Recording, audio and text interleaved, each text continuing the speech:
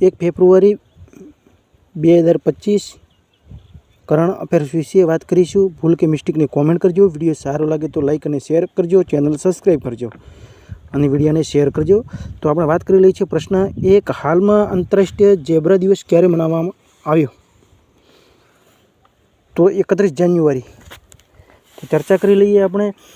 વૈશ્વિક પરિવાર દિવસ 1 જાન્યુઆરી, 2 જાન્યુઆરી વિશ્વ અંતર્મુખી દિવસ, 4 જાન્યુઆરી વિશ્વ બ્રેઇલ દિવસ, 5 જાન્યુઆરી રાષ્ટ્રીય પક્ષી દિવસ, 6 જાન્યુઆરી વિશ્વ યુદ્ધ અનાજ દિવસ, 8 જાન્યુઆરી પૃથ્વી પરિભ્રમણ દિવસ, 9 જાન્યુઆરી પ્રવાસી ભારતીય દિવસ, 10 જાન્યુઆરી વિશ્વ હિન્દી દિવસ, 11 જાન્યુઆરી રાષ્ટ્રીય માનવ તસ્કરી જાગૃતતા દિવસ, 12 જાન્યુઆરી રાષ્ટ્રીય યુવા દિવસ, 15 જાન્યુઆરી સેના દિવસ, 16 જાન્યુઆરી નેશનલ સ્ટાર્ટઅપ દિવસ, 19 જાન્યુઆરી કોકબ્રોચ દિવસ, 20 જાન્યુઆરી પેંગુની જાગૃતતા દિવસ, 21 જાન્યુઆરી મણિપુર, મેઘાલય અને ત્રિપુરા સ્થાપના દિવસ, 23 જાન્યુઆરી પરાક્રમ દિવસ, 24 જાન્યુઆરી ઉત્તર પ્રદેશ સ્થાપના દિવસ, 24 જાન્યુઆરી આંતરરાષ્ટ્રીય શિક્ષા દિવસ, 24 જાન્યુઆરી રાષ્ટ્રીય બાલિકા દિવસ, 25 જાન્યુઆરી મતદાતા દિવસ, રાષ્ટ્રીય મતદાતા દિવસ, 25 જાન્યુઆરી પર્યટન દિવસ, 26 જાન્યુઆરી આંતરરાષ્ટ્રીય સીમા શુલ્ક દિવસ, 26 જાન્યુઆરી ગણતંત્ર દિવસ, 27 જાન્યુઆરી આંતરરાષ્ટ્રીય પ્રલય સંવર્ધન દિવસ, 28 જાન્યુઆરી ડેટા સંરક્ષણ દિવસ, 29 જાન્યુઆરી ભારતીય સમાચાર પત્ર દિવસ અને 30 જાન્યુઆરી વિશ્વ કુષ્ઠ રોગ રક્તપિત્ત દિવસ. તો ચર્ચા કરીશું આપણે ખાસ કરીને. પ્રશ્ન 2, હાલમાં કયા રાજ્યમાં નિયંત્રિત પાકની ખેતી માટે 1 પાયલોટ અધ્યયનનો મંજૂરી આપી? તો હિમાચલ પ્રદેશ. કેપિટલ હિમાચલ પ્રદેશનું છે શિમલા. રાજ્યપાલ છે શિવ પ્રતાપ શુક્લા. સીએમ છે સુખેન્દ્ર સિંહ સુખુ. 25 જાન્યુઆરી હિમાચલ પ્રદેશનો 55મો સ્થાપના દિવસ મનાયો. વિન્ટર કાર્નિવલ મનાલીમાં શરૂ કરવામાં આવ્યો. પલ્લાસ બિલ્લીનો પ્રથમ ફોટોગ્રાફી પ્રમાણે હિમાચલ પ્રદેશમાં મળ્યો. હિમાચલ પ્રદેશ બિલાસપુર શહેરને રાજ્યની પ્રથમ ડિજિટલ લાઇબ્રેરીનું ઉદ્ઘાટન કરવામાં આવ્યું. હિમાચલ પ્રદેશમાં સરકારી મહિલાઓ માટે વિવાહની ઉંમર વધારીને 21 કરવામાં આવી. હિમાચલ પ્રદેશ સરકારની મુખ્યમંત્રી શિક્ષા યોજના શરૂની મંજૂરી આપી. હિમાચલ પ્રદેશ મુખ્યમંત્રી બાલ પૌષ્ટિક આહાર યોજનાનો શુભારંભ કરવામાં આવ્યો. હિમાચલ પ્રદેશના મુખ્યમંત્રી પ્રાકૃતિક ખેતી વધારવા માટે હિમ ઉન્નતિની શરૂઆત કરી. તો મિત્રો, આપણે ચર્ચા લાંબી કરીએ છીએ એટલા માટે કે તમને એક પ્રશ્નમાંથી તે રાજ્યના તમામ પ્રશ્નો મળી રહે. તો હાલમાં કોણે ડિજિટલ કરન્સી માટે બીમકોઈનની શરૂઆત કરી? તો બીમ ટેન્ક. તો બીમ ટેન્કનું પૂરું નામ છે Birla institute of management technology. પ્રશ્ન 4, હાલમાં ISS પર જનાર પ્રથમ ભારતીય અંતરિક્ષ યાત્રી કોણ બન્યા? તો શુભાંશુ શુક્લા. તો BCAS ના મહાનિદેશક રાજીવ નિર્વાણને નિયુક્ત કર્યા. BCAનું પૂરું નામ છે Bureau of Civil Aviation Security. Hisashi ટેકુચીની મારુતિ સુઝુકીના એમડીને CEO ફરીથી નિયુક્ત કર્યા. પહેલાં હતા જ લિક્વિડ પ્રોપલ્શન સિસ્ટમ અને સેન્ટરના નવા ડાયરેક્ટર મોહન બન્યા. નીરજ પારેખને રિલાયન્સ પાવરના એમડીને CEO નિયુક્ત કર્યા. ન્યાયમૂર્તિ આલોક આરાધનને બોમ્બે હાઈકોર્ટના મુખ્ય ન્યાયાધીશના શપથ ગ્રહણ કર્યા. મહેશ અગ્રવાલને BSFના અતિરિક્ત પોલીસ મહાનિદેશક ચૂન્યા. ધનંજય શુક્લા ICSIના નવા અધ્યક્ષ બન્યા.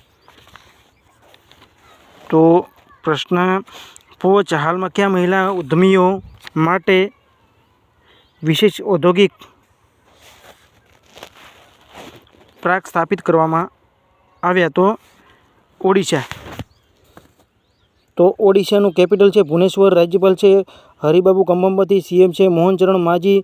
નીતિ આયોગના પ્રથમ વિત્તીય સ્વાસ્થ્ય સૂચકાંકમાં ઓડિશા ટોપ પર છે. 3જો રાષ્ટ્રીય ખાન મંત્રીઓનું સંમેલન ઓડિશાના કર્ણાટકમાં થયું. પ્રવાસી ભારતીય દિવસ સમારોહ 18મો સંસ્કરણ ભુવનેશ્વરમાં આયોજિત કરવામાં આવ્યો. પ્રખ્યાત ઓડિયા કવિ પ્રતિભા સત્પરભાઈને ગંગાધર રાષ્ટ્રીય પુરસ્કાર મળ્યો. ઓડિશા માસ્ટર્સ 2024નું ટુર્નામેન્ટ કટકમાં શરૂ થયું. ટાટા સ્ટીલના ઓડિશાના કલિંગનગરને દેશનો સૌથી મોટો બ્લાસ્ટ ફર્નેસ ચાલુ કરવામાં આવ્યો. પ્રશ્ન 6, હાલમાં કોણે મહાકુંભના નાસભાંગ પર ન્યાયિક આયોગના પ્રમુખ નિયુક્ત કર્યા છે?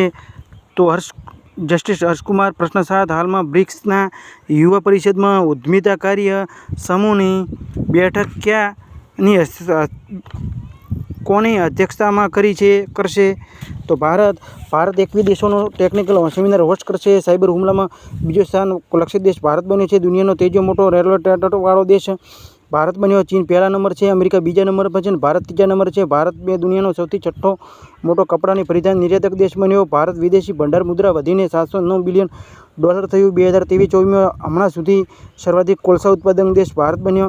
ભારત પ્રથમ બાયો બિટુમેન રાષ્ટ્રીય જળમાર્ગનું ઉદ્ઘાટન નાગપુરમાં થયું. ભારત 2024 ધરણ પેશનો સૌથી મોટો પ્રાપ્તકર્તા દેશ બન્યો. દૂધની અંદર દૂધ ઉત્પાદકમાં સૌથી વધારે ઉત્પાદન ભારત દેશ પ્રથમ નંબર 1 પર છે. મોબાઈલ નિકાસકારમાં ભારત ત્રીજો નંબર ધરાવે છે. પછી કોફીના ઉત્પાદનમાં ભારત 7મો નંબર ધરાવે છે અને સૌથી વધારે કોફીનું ઉત્પાદન કર્ણાટકમાં થાય છે અને વિશ્વની અંદર કોફી ઉત્પાદન બ્રાઝિલમાં થાય છે. તો પ્રશ્ન 8, હાલમાં સુનિતા વિલિયમ્સ રેકોર્ડ કેટલા કલાક સ્પેસ વોક કર્યા છે? તો 62 કલાક. તો ભારતીય મૂળની અમેરિકી અંતરિક્ષ યાત્રી સુનિતા વિલિયમ્સ આંતરરાષ્ટ્રીય સ્ટેશન ગુરુવારે સાંજે ભારતીય સમય પ્રમાણે 6:09 સ્પેસ વોક કર્યા હતા અને 62 કલાક કર્યા હતા. પ્રશ્ન 9, હાલમાં 10મું ભારતના વિજ્ઞાન 5 ફિલ્મ મહોત્સવનું આયોજન ક્યાં કરવામાં આવ્યું? તો પણજી. તો ગોવાના મુખ્યમંત્રી શ્રી પ્રમોદ સાવંત 19 જાન્યુઆરી 2015 પણજીમાં થયું. ભારતના ફાઇબર વિજ્ઞાન ફિલ્મ મહોત્સવનું ઉદ્ઘાટન થયું. ગોવાના મુખ્યમંત્રી પ્રમોદ સાવંત 19 જાન્યુઆરીના 2025માં પણજી 10મું ભારત 5 વિજ્ઞાન ફિલ્મ મહોત્સવનું ઉદ્ઘાટન થયું હતું. તારીખ પણ યાદ રાખજો ખાસ કરીને. તો પ્રશ્ન 10, હાલમાં પ્રથમ રાયસી મધ્ય પૂર્વના સંમેલનમાં ક્યાં થયું? તો અબુધાબી એ સંયુક્ત રાષ્ટ્ર અરબી અમીરાત UAEનું કેપિટલ છે. તો પ્રશ્ન 11, હાલમાં સોની ગ્રુપના કોણે નયા CEO નિયુક્ત કર્યા છે?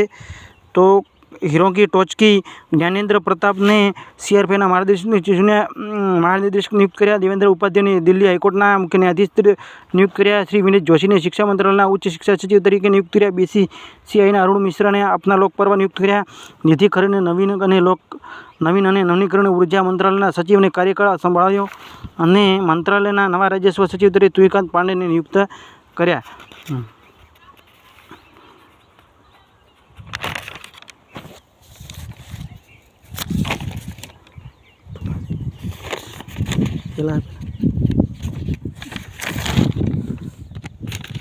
સીતાશુ કોટકને ટીમ ઇન્ડિયાના બેટિંગ કોચ તરીકે નિયુક્ત કર્યા. અને હાલમાં ભારત પર્વ 2025 મહોત્સવનું આયોજન ક્યાં કરવામાં આવ્યું? તો દિલ્હી. પ્રશ્ન 13, હાલમાં ન્યૂ દિલ્હીમાં ઇન્ડિયા રેનશો ધ મોદી ડિકેડ પુસ્તકનું વિમોચન કોણે કર્યું છે? તો અમિત શાહ. ગૃહમંત્રી કાર્યસંહિતાના મંત્રી છે અમિત શાહ.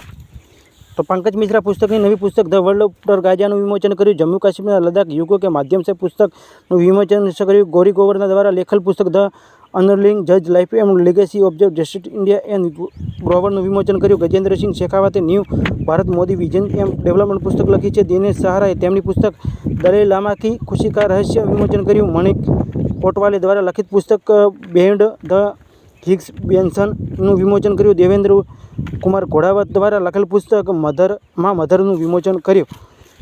તો પ્રશ્નની અંદર ચર્ચા આપણે લાંબી કરી દીધી છે. પ્રશ્ન 14, હાલમાં આંતરરાષ્ટ્રીય ક્રિકેટ પરિષદના ICC મુખ્ય કાર્યકારી અધિકારીના પદથી કોણે રાજીનામું આપ્યું? જોફ અર્લિશ. પ્રશ્ન 15, હાલમાં કોને લાઈફટાઈમ અચીવમેન્ટ એવોર્ડથી સન્માનિત કરવામાં આવ્યા? તો સચિન તેંડુલકર. પૂર્વ ભારતીય ક્રિકેટર સચિન તેંડુલકર BCCIના એન્યુઅલ લાઈફટાઈમ અચીવમેન્ટ એવોર્ડથી સન્માનિત કરવામાં તેમની ઘોષણા 31 જાન્યુઆરી કરવામાં આવી. અને ખાસ કરીને તેમના કયું ઉપનામ છે સચિન તેંડુલકરનું એ તમે કોમેન્ટમાં જવાબ આપજો. પ્રશ્ન 11, સોરી મિત્રો લાસ્ટમાં તમને પૂછેલો હતો કાલે કે હાલમાં અસમના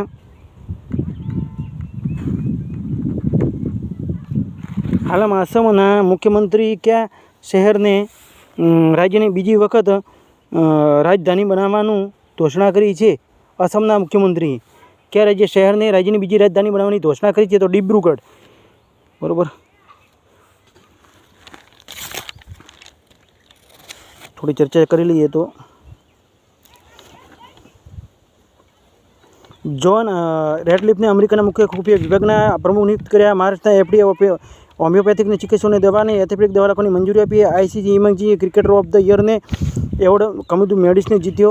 કિનારાના વૃક્ષોને માટે જીઓટેક કરવાની પ્રક્રિયા જમ્મુ કાશ્મીરમાંથી કર્ણાટક વિદર્ભને હરાવીને 5મી વખત વિજય હજારે ટ્રોફી જીતી. હેન્ડલે પાસપોર્ટ ઇન્ડેક્સમાં સિંગાપુર ટોપ પર છે. ભારત 85 ક્રમે છે. જીતેન્દ્ર પાલસિંહને ઇઝરાયેલના ભારતના રાજદૂત નિયુક્ત કર્યા. આયુષ્માન કાર્ડના જન આરોગ્ય લાગુ કરવાનું 34મું રાષ્ટ્ર ઓડિશા બન્યું. ભારત રિયોડોના પર્યવેક્ષક રૂપમાં સામેલ થયું. ઇન્ડિયન પોલીસ ફાઉન્ડેશનના નવા અધ્યક્ષ ઓફિસી નિયુક્ત કર્યા. નીરજ પારેખને રિલાયન્સ પાવરના એમડીને સીઈઓ નિયુક્ત કર્યા. ચીન દુનિયાનો સૌથી લાંબી એક્સપ્રેસ સુરંગનું અનાવરણ. ગુજરાત ભારે વરુને આવાસ માટે સુરક્ષા એટલાસ લોન્ચ કરશે. પૂર્વોત્તર સંપત્તિ કાર્ડ વિતરણ મિઝોરમમાં ટોપ પર છે. ભારત દુનિયામાં 7મો કોફી ઉત્પાદક દેશ છે. વિશ્વનો સૌથી વધારે કોફી ઉત્પાદન બ્રાઝિલમાં છે. ભારતમાં સૌથી વધારે કોફીનું ઉત્પાદન કર્ણાટક રાજ્યમાં છે. કેન્દ્ર સરકારે બિઝનેસ ડોક્યુમેન્ટ મેનેજમેન્ટ માટે એટીટી લોક કરશે. પંકજ બેસર નવી પુસ્તક આફ્ટર ગાઝા વિમોચન કર્યું અને ઉત્તરાખંડ કાર્બન ન્યુટ્રલ હાંસલ કરવા માટે આયર્લેન્ડ સાથે સમજોતા કર્યા. ભૂલ કે મિસ્ટેકને કોમેન્ટ કરજો. કાયમ રિવિઝન થવાતું હોવાથી રિવિઝનનું વિડીયો ઝડપી હોય છે અને 2 મિનિટમાં વધુ સમાપ્ત કરવામાં આવે છે. ખાસ કરીને આ સાથે ફરી મળીશું નવા વિડીયો સાથે.